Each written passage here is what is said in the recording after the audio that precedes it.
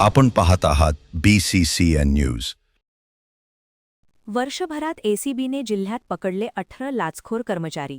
सर्वाधिक महसूल विभागातील 4 तर पोलीस विभागातील 3 कर्मचाऱ्यांचा समावेश. केंद्र व राज्य सरकार भ्रष्टाचार मुक्त प्रशासनाचा कितीही दावा करत असले तरीही अजूनही यंत्रणेमधला भ्रष्टाचार कमी होण्याऐवजी उलट वाढतानाच दिसतोय. लाचलुचपत प्रतिबंधक विभागाकडून मिळालेल्या आकडेवारीमधून हा प्रकार समोर आला आहे.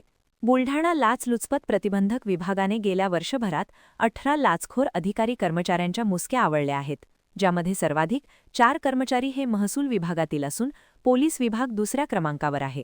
वर्षभरात 3 लाचखोर पोलीस कर्मचाऱ्यावर कारवाई करण्यात आली आहे.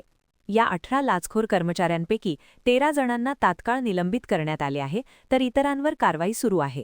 कुठल्याही शासकीय निमशासकीय अधिकारी कर्मचाऱ्यांनी लाचेची मागणी केल्यास तक्रार करण्याचे आवाहन लाचलुचपत प्रतिबंधक विभागाने केले आहे.